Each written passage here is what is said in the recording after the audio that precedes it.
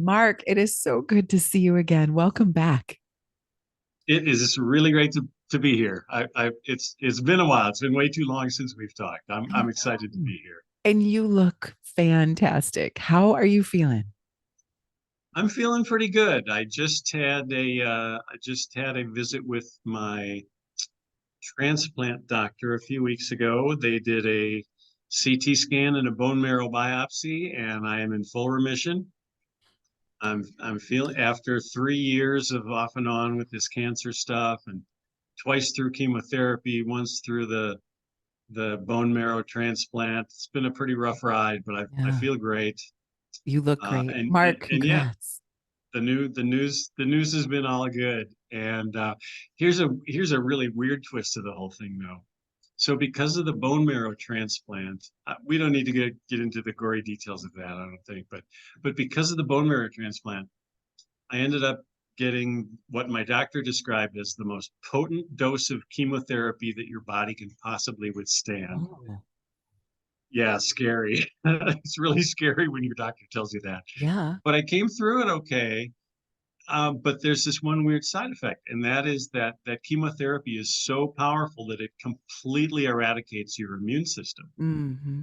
So for the last year and a half, 2 years, I've been slowly and methodically rebuilding my immune system, getting my white blood cell count back up to a healthy range, getting every single vaccine I've ever had in my life, from COVID, the most recent, all the way back to my newborn baby shots for Oh, measles and polio and tetanus and all that stuff.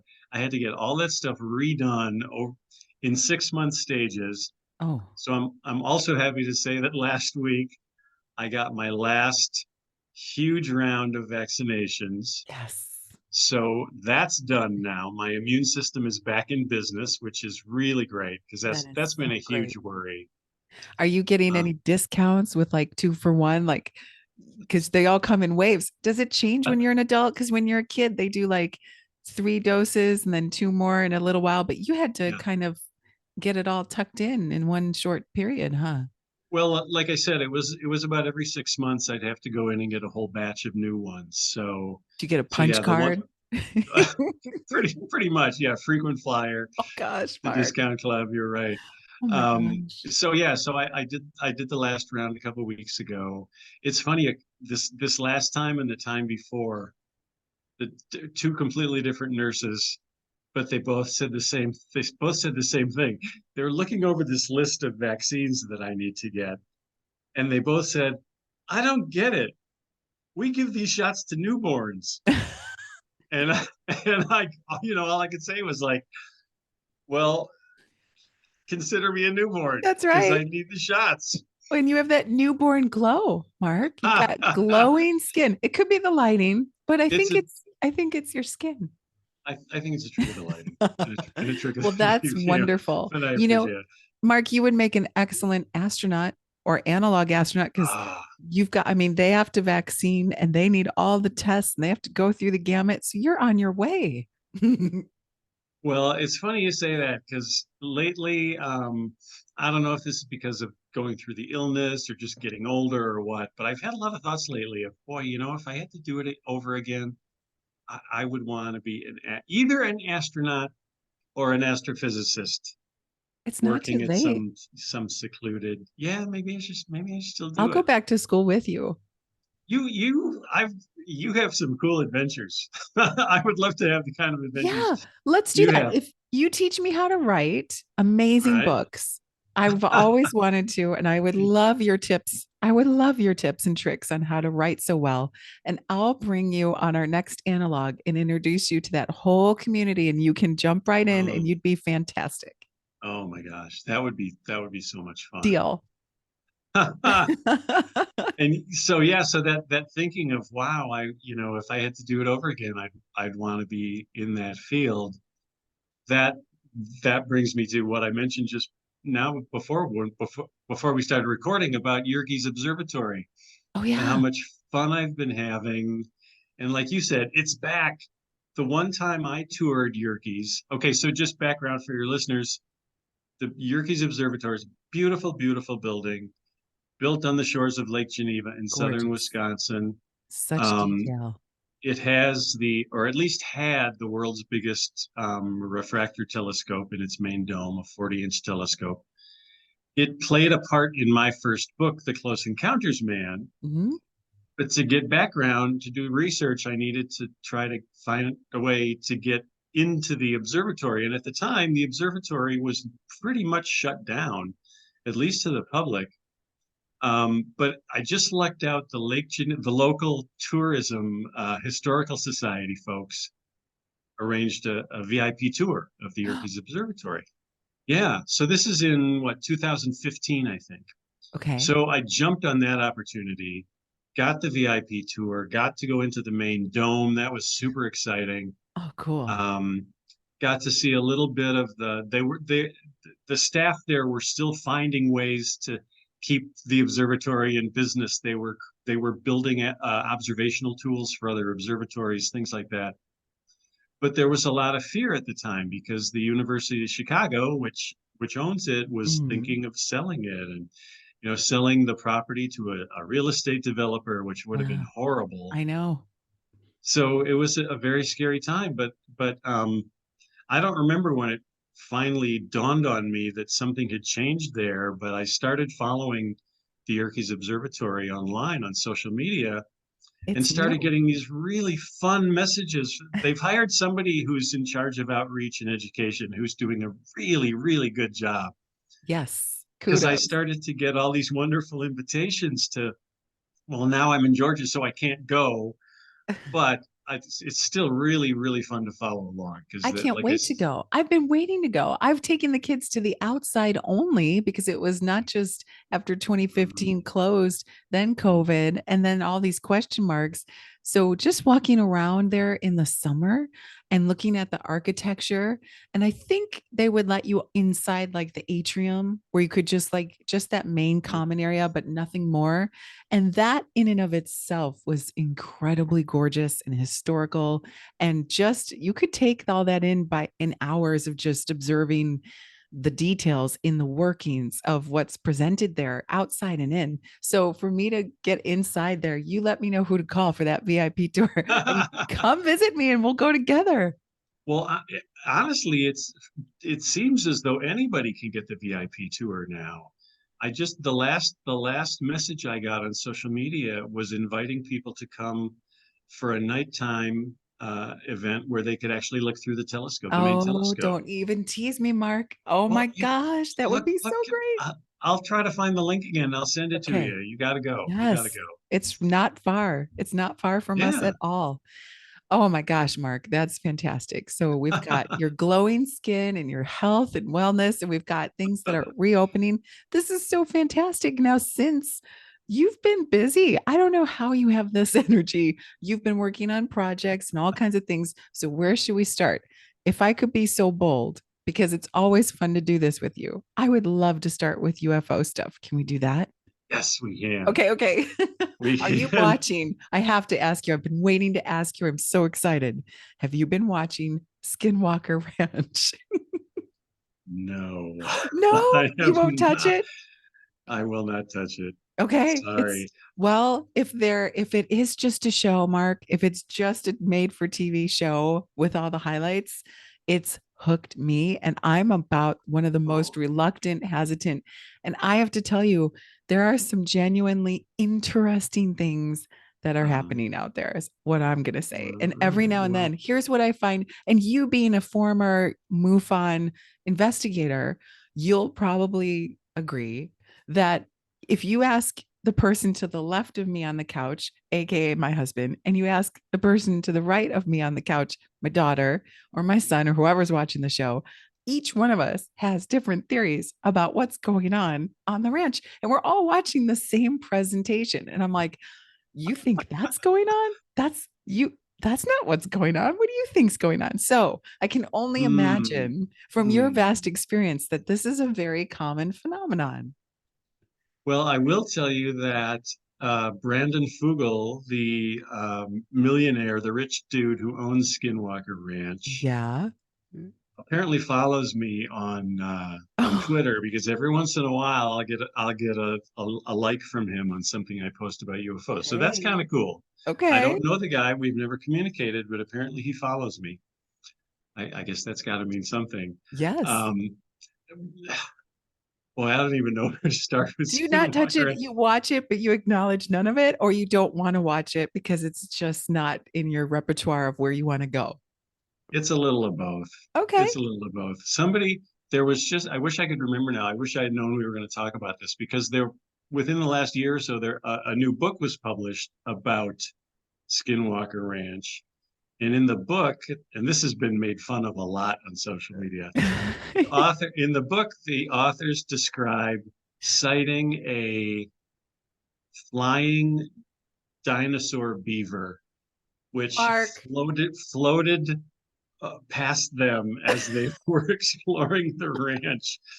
I'm not kidding. I'm not making. You don't have to make this stuff up. It's No, all you real. don't. That's why I'm So enjoying it. so yeah. So I read stuff like that, and I just think, yeah, I'm What does a still. floating I'm, dinosaur beaver look like, even? I It's like, think I think maybe there's a drawing of it in the book. If it's been a while since I looked at this, but yeah, the flying dino beaver. You got to I check it love out. it. Okay, well, Um, let's flip it then. Have you seen the movie with Adam Driver? I think it's called 96, no, I haven't heard of that. where the dinosaurs, he's a traveling space.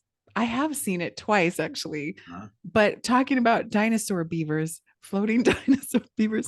This I Wow. thought the movie was fantastic because it is what you expect it to be. It's suspenseful and nothing more. Like it is nothing more than surface level suspenseful. But Excellent. allegedly, Adam Driver is needing to go on a journey and go to work. He's a space traveler astronaut, and he happens to crash his ship into Earth days before the comet that kills all the dinosaurs arrives. So he has Oh, to survive and escape the planet before the said familiar what a comet comes. cool And so idea. there are dinosaurs and it's like space meets dinosaurs brilliantly, and but Wow. it's only surface level suspenseful, but enough to really enjoy. And it's one of those rare movies where there's very little dialogue, which I love because it's just like looking around corners and over cliffs and trying to escape and then getting through, the time frame of like, can you make it in time before the movie ends? I loved it, but it's not deep. It's just entertaining. You've got to But see it. that's a really clever ticking clock plot device, though. That's a really clever idea. I would watch it just for that. Okay. All right. So we got to go to Yerkes. You got to watch Yeah. these. You got to watch some movies and stuff. But Wait, what did you pronounce it Yerkes? Is that how it's Yerkes? pronounced? No, no. Oh. I'm talking faster than I'm thinking. Oh. I'm sorry. All right. I thought, My okay. bad. All right. We're good. But I was going to say, speaking of crashed spaceships, there was another thing I wanted to talk to you about tonight. That's been the big thing in UFO fandom and UFO research for quite a while. Is this whole idea of saucer crashes and the idea that our government and possibly many other world governments maintain crash retrieval projects that are just standing Mhm. by 24/7 ready to retrieve a crashed UFO. What do you This think is of a that? I think it's dumb. I'm sorry, but it sort of reached its peak dumbness this last week with this. There's this Australian journalist who is a self-professed UFO researcher and expert, and he's got a lot of people believing his stuff. So he said something in an interview a week or two ago about how, and this is the way these guys always do it. I've heard from several reliable sources. Mhm. That's how they always preface this stuff to make it sound super convincing. So this guy in this interview, he says, I've heard it from several reliable sources that there's a UFO that has crashed somewhere in the world that Somewhere. is it's so big that the country where it crashed, they couldn't move it, so they've had to build a gigantic building around Sure. the UFO. Mhm. So guess what all the UFO enthusiasts do immediately? They all get on Google Earth and they're all looking for signs of a gigantic circular building somewhere that Oh, that could only have been built to shelter a UFO. Soldier And they Field? found Is one. it Soldier Field? That would work. That would definitely work. No, the one that was found, I think I read that it's in China. Of But course. I've seen a picture of it. Okay.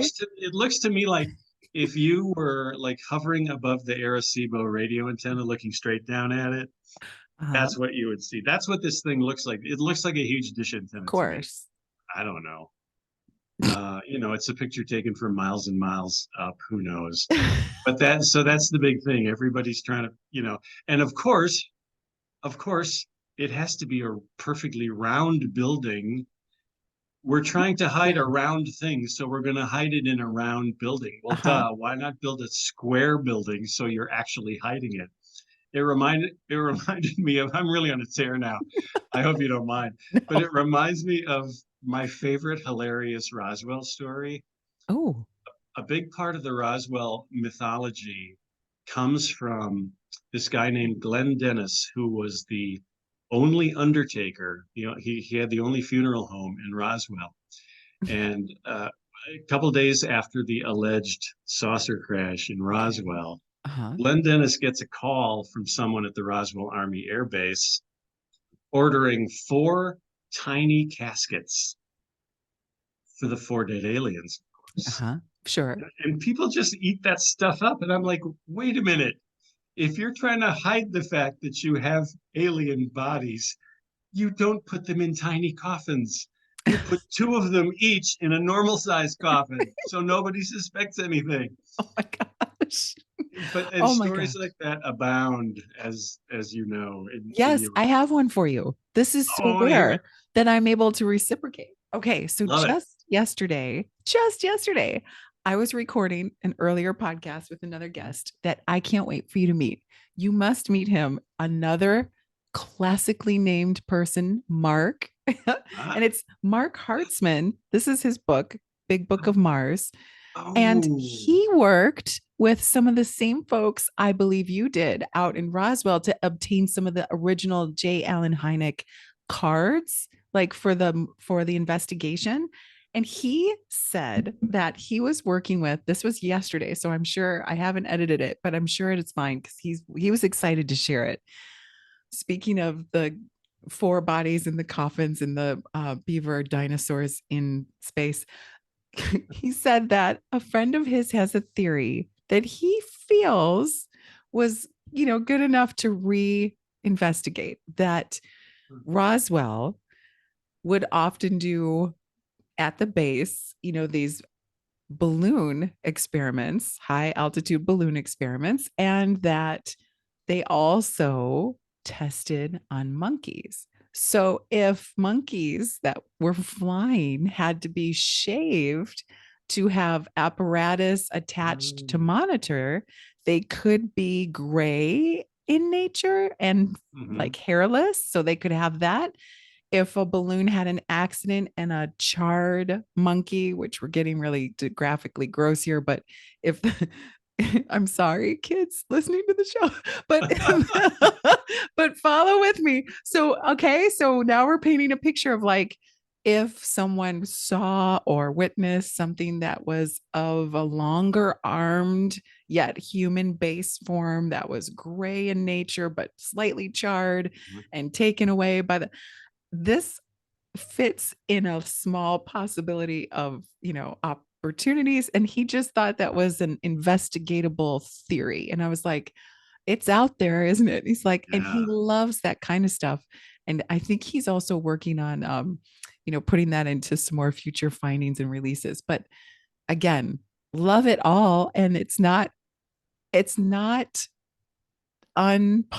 impossible. It's No, it's not. It's not. I've said it before and I'll say it again.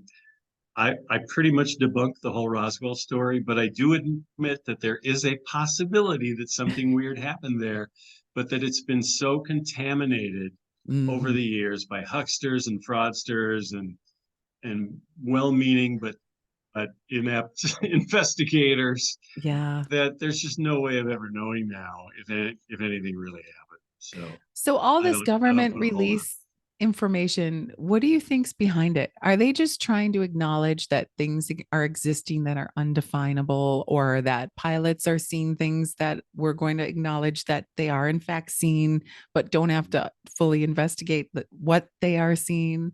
What do you think it is truly? Just acknowledgement That, or that's a good question. I think at the very least, I guess it's acknowledgement. I kind of go round and round and back and forth on those kinds of issues because, on the one hand, when you got, I think she's a senator, Kirsten Gillibrand, oh yeah, promoting or UAP now they call them UAPs. Mm-hmm. UAP studies. That's fairly credible. I buy her. I think she seems like a pretty honest and credible person to be talking about this topic publicly. But then, and here I'll show my politics, but then I hear like Marco Rubio saying, yeah, let's investigate UFOs. And I just think, you're just trying to get votes. Well, Mark, I'm not, who am I to judge? I always thought the last thing I'd ever do is bring folks on the show or experts on to talk about UFOs, because that opens a can of worms. But it doesn't mean that we can't be intelligent or thoughtful or have real conversations if we follow real research, or, just kind of stay on the surface. But, you've had vast experience. And I even shared this with Mark yesterday, your work as a MUFON investigator, again, that acknowledging a person's truth, it's not your truth, and you don't have to validate it, or you don't have to defend it. You can just, it's about acknowledging that they are standing and witnessing their own truth, and who's to say that's right or wrong, right? Yeah. Well, I learned a very important lesson in that when I was researching my book, The Close Encounters Man. When I was looking through Dr. Hynek's papers at the Northwestern University library, Yeah. I kept coming across, there were file after file of letters that people had written to Dr. Hynek throughout the 50s and 60s and 70s and probably into the 80s, where they would say, I'd like to tell you about this thing I saw, or every once in a while it would be something really off the wall, like, I want to tell you about this perpetual motion machine I've invented. And it didn't matter how far out and odd sounding these letters were. Dr. Hynek and his colleague Bill Powers unfailingly responded with polite, thoughtful letters to these people, basically saying, "This is really interesting. If you'd like to tell me more, I'd love to hear more of your story." Because they did what you were just describing. They respected that was that person's reality, and they didn't want to make judgments about it. They wanted to learn more. And I was so impressed by that, and impressed by the fact that Dr. Hynek had also entrusted this letter writing to this other guy, Bill Powers. Well, at that point, I decided, well, I need to interview Bill Powers for my book, and I did, and he was an amazing guy and really fun. But that brings me, I'm going to veer off course now, if that's okay. Yeah. I'm on the edge of my seat. Like, Well, I've been, and by the way, I writing was, letters, such an art form. I'm so oh yeah. appreciative of that as a former PAO, but also, Uh-huh. like Ronald Reagan wrote letters every day, and just to Oh stay in wow. communication and Uh-huh. stay in that expertise of writing. And I just, regardless of his politics and his stance, he was a letter writer. And I think that is so lost. And I wish we did it more. And I think about all the kids that would write to the astronauts and the people at Oh yeah. NASA. I was one included, who would Uh-huh. write on behalf of Barbara Morgan and some of the folks who didn't have time to answer every single one. But I mean, that is just special. And again, validating and saying, you know Yeah. what? No judgment. We validate your truth. We receive it. And if you want to, engage, we'll go from there. That is so meaningful. And that is the opposite, I think, of what's happening. If I may be on the pulpit, it's not government saying it could happen. It's saying the government will release documentation at this time, and just enough to keep it, and no, just enough. Yeah. And you're like, that what? Just Be Yeah, communicative. Just be communicative. And then just tell us without judgment or without forceful or without speculation. And I don't know if we're doing a good job about that. I'm sorry, Mark. Continue. it's okay. Because I'm on the edge of my seat, but letter Well, writing hits my heart because that's Jay Hynek didn't have time for that. Powell's, is it Powell's? Powers, Powers. William T. Powers. He jokingly called himself the powers behind the throne, which I loved. Did he But when handwrite them or type them? pardon me? Did he handwrite the letters or type Oh, them? I think there were some of both, if I remember right. Wow. But when I eventually tracked Bill down in Colorado and got to interview him, I asked him about that. I said I was so impressed by the level of respect that you and Dr. Hynek maintained in responding to these letters. You know, no matter who the person was, no matter what kind of wild claims they were making, your response to them was always the same. And I said, was that ever, hard to do? And he said, well, yeah, sometimes it was. But, Alan Hynek and I both believed that if somebody had an idea, then they deserve to have someone hear that idea. And he Oh, said that's the basis on which we operated. Yeah, I thought that was pretty cool. But going off on a tangent from that Bill Power story, though, lately I had this new idea. Um, there's so much material I collected in 5 years of research for my first book, The Close yeah. Encounters Man. Um, and there's all this material that never made it into the book. There were space constraints, there were time constraints. I couldn't use everything. Um, so I had all this, and I keep everything. I keep all my Sure. research stuff. So I have file cabinets and file cabinets full of, old paperwork and documents and letters. Um, and I've been thinking, some of those interviews, like with Bill Powers, were really fun, and I only got to use a fraction of the material. I should post those interviews somewhere. So I started doing that a month or so ago on Substack. I started Really? a Substack series. The first one is called UFO Legends, and I would love it if some of your viewers took it Yes. upon themselves to look at UFO Legends on Substack. It starts out with my interview with Jenny Zeidman, who had also worked with Dr. Hynek, Uh-huh. and when I knew her, was the oldest living Project Blue Book investigator. Oh, So nice. I started out putting up a transcript of my interview with her. Then I moved on to my interview with Bill Powers was so long I had to do it in 2 installments. I think for the next one, I'm going to do my interview with Doug Trumbull, who isn't necessarily a ufologist, but he was a very famous and brilliant special effects artist in the movie business. Mm. And did the special effects for the movie Close Encounters of the Third Kind. So Ah. so meeting Doug Trumbull and getting to interview him for the book was one of the hugest thrills of my life. So that's what I'm doing with all this leftover. I'm sort of recycling Yes. and repurposing all this old material that didn't make it into the book, posting it online, and hoping that it finds an audience. There seem to be a few people who keep up with it and read Oh, it, so that's that's so been fun. exciting. Yeah. So Well, everyone can it's find it. I'll put it in the show notes. oh They just great. go to Substack and look up UFO Legends. All right, yeah. Okay. Well, that's Thank easy. you. That'll be fun. I can't wait to Yeah. see that and check that out. Well, it's a very small scale project, but I had been doing a podcast called Far Fetched. Uh-huh. It's still out there. Just those things are out there forever, I guess. Far Fetched was all about my. It started out being all about my unsold Star Trek pitches, of which there are many. Sure. And so the podcast started out being every 2 weeks I would sit down in my little podcasting bay in the basement, and I would read one or two of my story pitches that never got picked up by Star Trek. And some people seem to enjoy that. Well, then that evolved into more or less like a memoir about my writing career.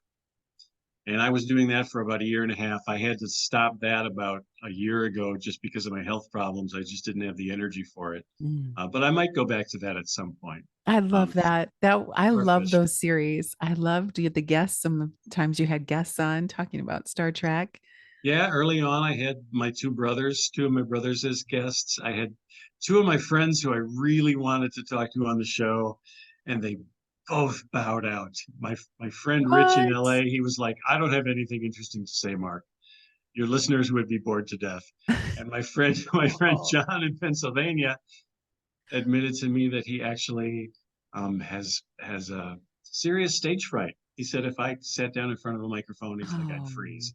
oh, So those two good darn. buddies weren't able to be in the podcast, but maybe someday. I Maybe you don't could know. call him on the phone and then record it and then send Oh, him the recording and say, you need to approve, like listen to it and approve uh, and make that the show. well, the real shame of it is John in Pennsylvania, who has the stage fright. He actually has a really cool UFO story to tell. Oh, we've got to get him to. Yeah, Okay, it I was can some. call. I'll call him and I'll just turn on the charm. Oh, How I about? don't know. I don't know. Well, I'll think about that. I don't I don't want him know to what end up charm I mad have. at me. I don't know what charm that is or how that'll work. I recently asked William Shatner to be my guest on the Oh, podcast, cool. and that was a fast no, but it doesn't mean I've given up because I think that would be great. And Mark, sometimes you just never know who's listening. Like Mhm. you and I are in the same, we've had these experiences. We love sharing and talking it through and reminiscing, but also inspiring because we've had our experiences and you've done the research and published some incredible books and you have been a writer on Star Trek. So, it's like you've done it. It's so incredible. And when you get to look back, it's fun to be able to say, what didn't make it into the show, but I wish it had, or what didn't make it into the book, but I wish it had. That's fun. Like Chad and I say all the time, what I wish we would have done at NASA while we were working there, but we never did, but we wish we had.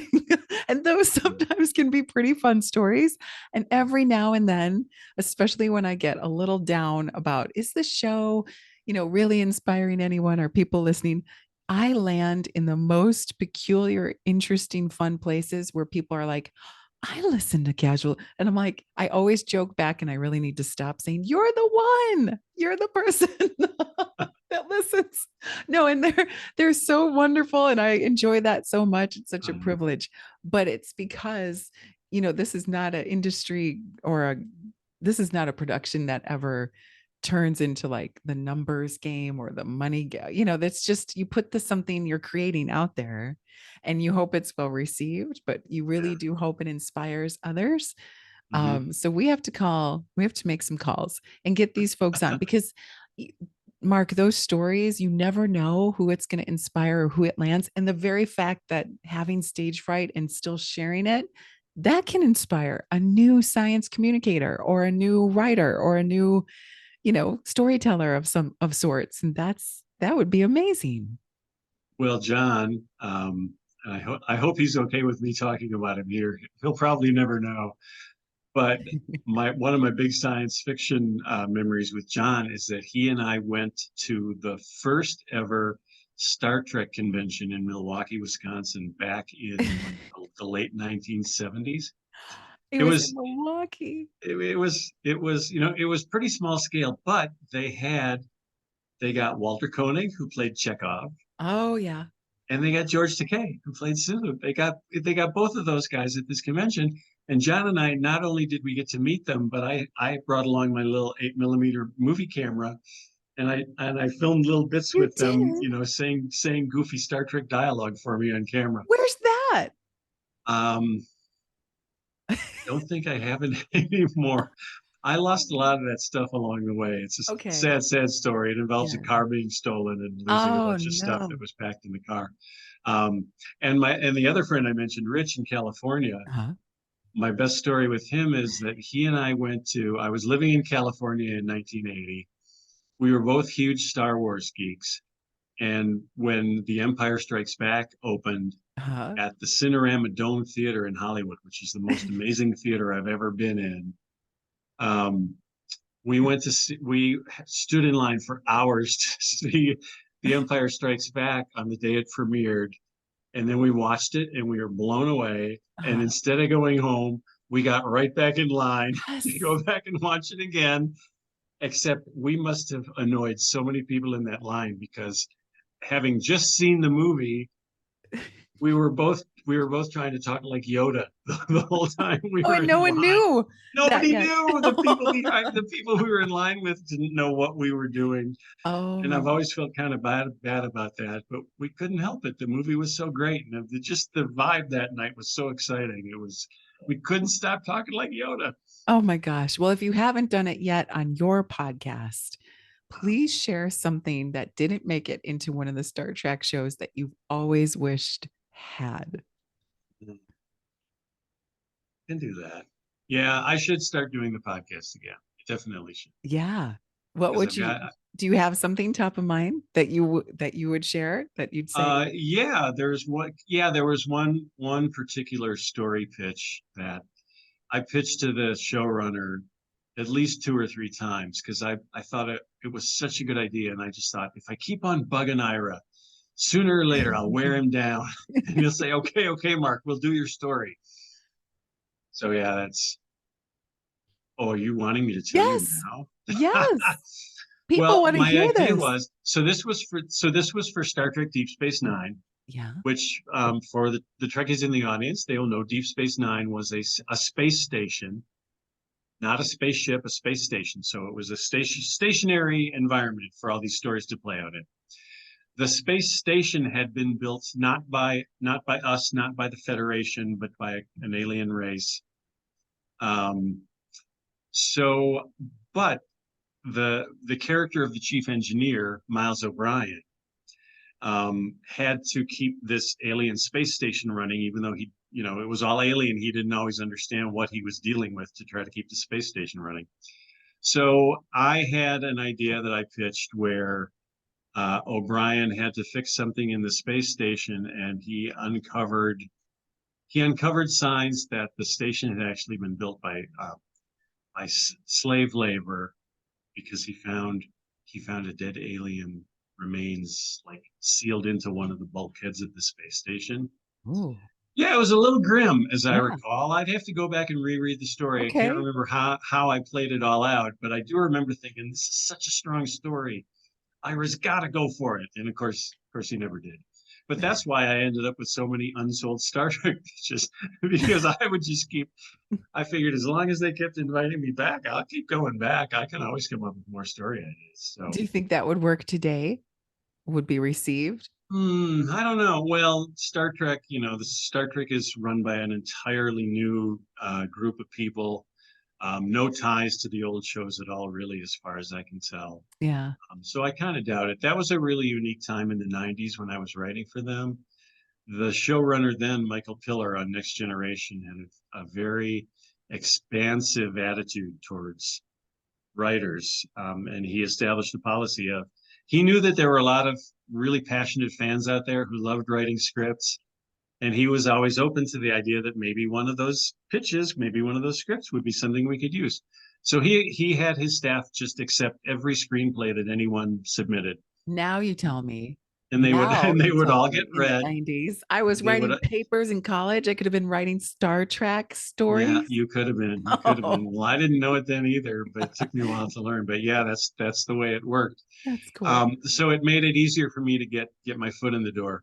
And the way it played out was so we set up a pitch when they first accepted I wrote a spec script for Next Generation. They liked the script enough to call me in to pitch story ideas. So, and I did this from my kitchen table in small town Wisconsin, did the whole pitch over the phone. And the rules were you only get to pitch 4 stories because there's so many people in line behind you. It wouldn't Yeah. be fair to them. So everybody gets one shot at it and then you're done. Four. So, I knew the stakes were pretty high. So we did the pitch. I did it with one of the producers, a guy named Joel Manaski. And I pitched all 4 of my stories. He was really positive about them all, but he had to pass on all of them for a variety of reasons. Very often the reason was, oh, I love that idea, but we're already doing a very similar story. I heard that a lot. Yeah, fair, I guess. So I did my 4 pitches.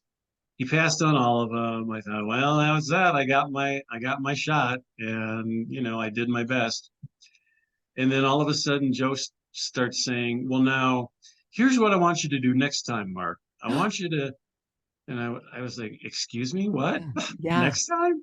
I said, I thought there wasn't a next time. I thought you only got one shot. And he said, well, normally that's the case, but he said, I really like your ideas and I want you to come back and try again. Mark.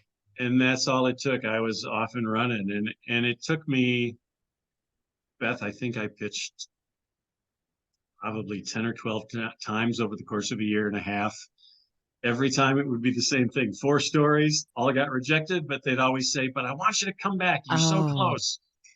So I just kept coming back. And then finally I pitched the right story to the right person on the right day. And one of these story, and this was another producer named Brandon Braga, and he said, "I love this story. I'm going to take it upstairs and see if we can get some whoa. interest Yeah. among the writing staff." Well, a week or I two know how this later, story ends, and I'm still on the edge of my seat. Like, what's gonna happen? What a did he week or two say? later, yeah, a week or two later, I get a call from this producer at Star Trek saying, "Mark, you have to do us a huge favor." Like, okay, how can I do you a favor? That doesn't sound right.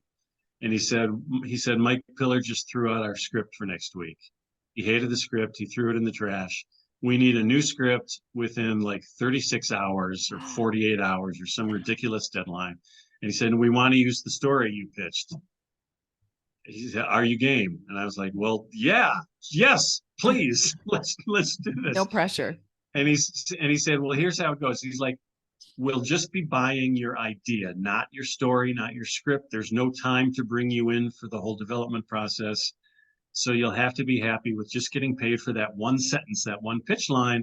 But he said, I promise you, if you play ball with us, you will get more opportunities in the future. And I said, yes, let's do it. So they paid me, and this is like in the early 1990s, for one sentence of my writing, they paid me $1,750, which is the most, dollars per word. I still think that's the most I've ever been Oh paid my for anything. God. So that was really fun. And then, Wow. and then sure enough, 6 weeks later, I made a sale to Deep Space Nine and ended up writing the script myself, and then went on to do several more episodes of Deep Space Nine. So that was a very fun period in my life. I had a lot of fun doing that stuff. That's amazing. I love it. Wow. And I'm really reconsidering my career choices from the past. Just like I'm reconsidering mine. You want to be a writer? I want to be an astronaut. No, Mark, I think one time I pitched an episode of Murphy Brown. Really? I thought that show was so fast-paced, intelligent, well-written, funny, sarcastic, a little bit of politics. I just loved it. And that if that I could have been on a show. I mean, West Wing was the ultimate. That would be, but it was too Oh much. It was yeah, too fast. And who can ever do Aaron Sorkin? And exactly. I hear that he even requires all of the actors word for word and nothing less. Like there is no room for anything less than exactly how it's written. So that's I can believe that. intense. But no, I mean, I could have been writing sci-fi when I was writing Murphy Brown. Wow. Well, we'll just But have to at least you gave it a shot. I did. I don't know and I still have it. It's here somewhere. I'm Oh not yeah, I should put that out there so you should everyone dig it laughs. up and do a dramatic reading. Listen, speaking of dramatic readings, for Father's Day, my kid and I have 4 grown kids, and they're very wonderful people. And for Father's Day last month, they surprised me by I've been working on a new movie script. I'll tell you about that in a minute. Ooh. But they surprised me on Father's Day. The kids called me. They got me on a Zoom call and they said, Dad, we're going to do a dramatic reading of your script. If you'll check your email inbox, Oh my there's God. a letter telling you which characters you will portray in this Oh, dramatic reading, and we're going to do it right now. So they assigned roles to my wife. They assigned roles to uh, fun. they assigned roles to my 4 kids, my 2 daughters-in-law, my son-in-law. And we Everyone. just had a blast for the next hour, hour and a half. We did this dramatic reading of the script, Oh my and everybody just poured their heart into it, and it was fun and hilarious and really touching and moving. And boy, I really, really loved my family that day. God. It was the best, most Oh wonderful my Father's Day gift gosh. you could ever imagine. That is the Oh, most thoughtful gift I've ever heard of. isn't that great? Yes. Yeah, I'm going to reenact something you presented and built and wrote. Oh yeah. my goodness. And the other great thing about it was, this doesn't surprise me because I've known this from sometimes in the past, but my kids are really, really sharp story editors. Oh. Because after we did the read through, I said, "Hey guys, I would love to get your notes on this. Anything, because I said going through this the way we just did, I could see spots where things maybe were a little slower, a little flat, and maybe could use some zhuzh, as they Yeah, say." sure. And so I've got great script notes Oh, from the leave kids, it to kids to critique you. Trust me. Not but you personally, Mark, but you as a parent. Like yeah, I'm sure they will have no problem being like, hold on, where to start. yeah. So this script, though, I can't tell you a whole lot about it because For the movie? it was being, yeah, for the movie, it was being looked at by a producer before the writer's strike. And as part of the rules of the writer's strike, I can't talk about or Oh, send my scripts to. I can just give you a tiny bit of background, though. It's a historical astronomical drama about. I've really gotten interested in scientific history, uh-huh. so it's all about two characters who I'm sure you will recognize, Johannes Kepler and Tycho Brahe, who were two Of 16th course. century crossing into 17th century astronomers who were fierce rivals, but were completely dependent on each other and each other's work in order to complete their own work. And I've always been really fascinated by that sort of love-hate relationship. Yeah. They hated each other, they were polar opposites, and yet they couldn't get their work done without the help of the other. So they had to Oh set my aside all their goodness. differences. Plus, Tycho Brahe had a gold nose, which is also a cool detail. A gold A nose. gold nose. He lost his nose in a duel with his Uh-huh. cousin. He had insulted his cousin. He told his cousin that he was a crappy mathematician. So the cousin challenged Tycho to a duel and proceeded to slice his nose off. I So didn't know Tycho they went the could rest of do his that. life with a gold nose. Okay. So that's what the Okay. script is about, and it's called The Eccentrics. And I'm hoping that when and you get the double meaning, the eccentrics, the guys were eccentric, but they're also talking about eccentric Yes. orbits, Yes. because Kepler And brought us the three laws of planetary motion. So there's all that. So who I'm hoping that when plays the strike is eventually settled, that this producer will still be interested. You never know. He might have lost interest. I don't know. I've been out of give me touch his with him name. since the I'll make strike more started. calls. Give me his name. Well, Who's I'm hoping that, yeah, I'm hoping that when the strike is over, he and I will reconnect and maybe we'll see what we can get going with the and who script. would play Kepler? Tom Cruise? I'm in.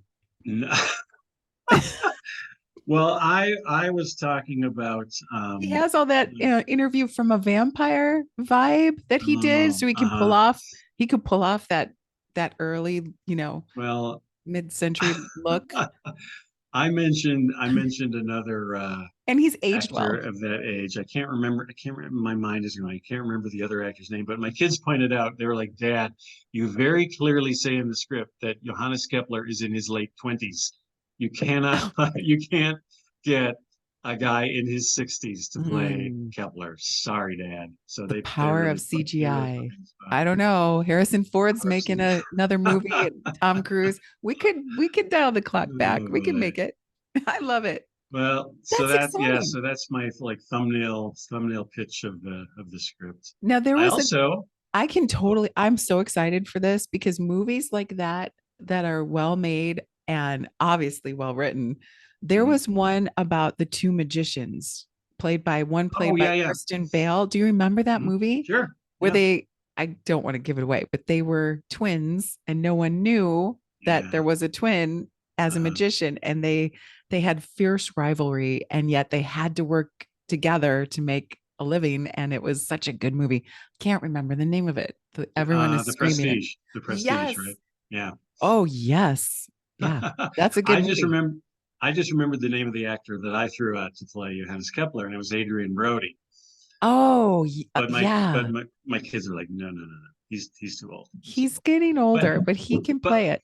Adam can I Driver, can I can I just oh, that's a hey, I like that idea. Adam Driver. he's got the space On an Adam thing Driver film. I already. like that. Yeah, Okay, he could work. I'm gonna check that out.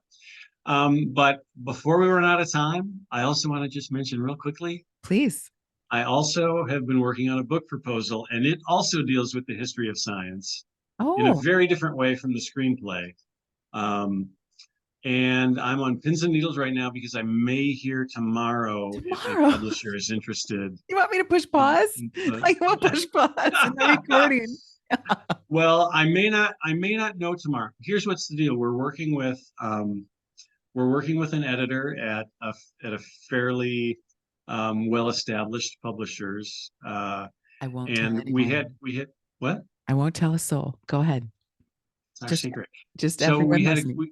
we had a great meeting with the editor a week ago. Uh, Really great meeting. And he's like, "Okay, kids, here's what's going to happen." He goes, "Next Thursday, I'm going to pitch the project to my editorial board." He oh, said, that's "And if I tomorrow. yes, that's Oh tomorrow." my And he God. said, "Not when your viewers watch this though, but it'll be in the future or the past or something. I don't know." Um, but yeah, so tomorrow is the day that he pitches my book idea, Can you and it's tell not a us a fully little what written it's book. about? Um, what can I tell you? Are Well, there two characters? astronomy, there are no, well, no, actually, there are two characters now that I think about it. There are two characters. I'm just going to say that it was a very important event in the history of science that a lot of people have absolutely no idea it ever happened, and it's changed all of our lives. It's changed all of our lives in many, many ways. Oh, So if you think you have an idea what it I is, do. keep it to yourself. Okay, okay. But it's a really Was she fascinating. from Poland? Ooh, Was she from Poland? Am I hitting it? No, I don't think. No, you it's not aren't. that one. It's not. Okay. Oh, now you got me intrigued, though. Maybe there's another book here. I don't know. At I love any it. rate, No, this I is think fantastic. I think that's all I can tell. But I can also tell you that it was actually inspired by a passage in my first book, which also inspired the eccentrics because I talk about Kepler and Brahe in the book. Yeah, so it's kind of crazy this confluence of science, history, Oh my comedy gosh, with the Mark, eccentrics. you are being so unfair right now. Here's what we're going to I do. know I shouldn't have brought it up. After I say, no, I'm excited because I've got your book right behind me. So Ah, after I hit stop, you're going to just give me a passage. It'll be so vague. And how would I ever know? And then I'm going to mm, go dig in and be like, this is a fun twist. I'm going to go try to figure. And I'll just email all you. right. I'll berate you with emails until I get it. How about that? I I'll give that some thought. That sounds like fun. That sounds like fun. don't know when you had time for all this, Mark. You are not Well, sitting still at all. but I've been sick a lot. I've had a lot of time on my hands, and frankly, I've had a lot of pent up energy, you could say, Oh, pent sure. up creative energy, Mm. and a good way to deal with going through that. I mean, I've had like when I was going through the bone marrow transplant, that was months and months of just yeah, I can't move, I can't leave the Oh, house, I can't do anything. yeah. I had a lot of time. I had a lot of time and a lot of energy, and I had a lot of ideas, and I thought, well, this is the best therapy for me. Therapy, it's a gift to the world. You're suffering, and as you are, you're giving and giving. That's just you, Mark. I'm so impressed, but also I'm so grateful that you are, you know, just as glowing and vivacious as ever. I've been watching your journey. I appreciate you keeping us informed, but this work is going to be so fantastic. I'm going to hold my fingers crossed for both the book Thank you. tomorrow and then the movie script. And then we're going to call John. I'm going to disguise my name and we're going to get these stories together.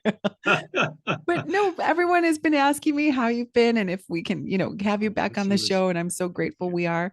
And I'm going to invite you to watch the latest, not any previous, Let's just watch one of the latest Skinwalkers so we can laugh together again. And then I want you to show me, please, please, please show me Uh-huh. a beaver dinosaur so I Uh, can, maybe okay, I can we got a even make deal. that the cover image for this episode. You have got a deal. I'm going to look up that book right now and Oh my send you word. the Amazon link. Okay. I would love that. I believe it's a self-published book. I don't think there was any respectable publisher that would touch it. So You I never know. think that's I don't know. I've seen oh some boy. interesting books on the shelf that I'm like, that one? Oh, come on. But hey, Mark, this is always fun. Let's do this. I keep saying it, and shame on me for not making it happen. The Star Trek folks have questions for you. And I would love for those questions to be asked next Oh, time. So oh, will you come on I'm in. back? Oh Okay. yeah, I'm in. That sounds great. Okay, so the But next time is only Star Trek. Is we're going to build the whole episode. We're going to oh, do I it like that. soon, and let's do All it right. like end of summer, start of fall, where you've got your news, and then we're going Uh, to celebrate Star Trek and all your next milestones. Deal? all right. And I'm going to look up that Chief O'Brien story Okay. and do a dramatic reading and Okay. see how close my recollection of it was to the actual story because I think I might have gotten it a little off, but That would be fun. we'll do that. Thanks, Mark. Sure. Well, thank you. This has been a blast. Always. Thanks so much. We'll talk to you soon. And get to Yerkes. All right. You got it. Thanks, I Mark. know it's rude to point, but the point has to be made. I know. I know. Why not? I'm so close. Thank you. Talk to All you right. soon. Good night.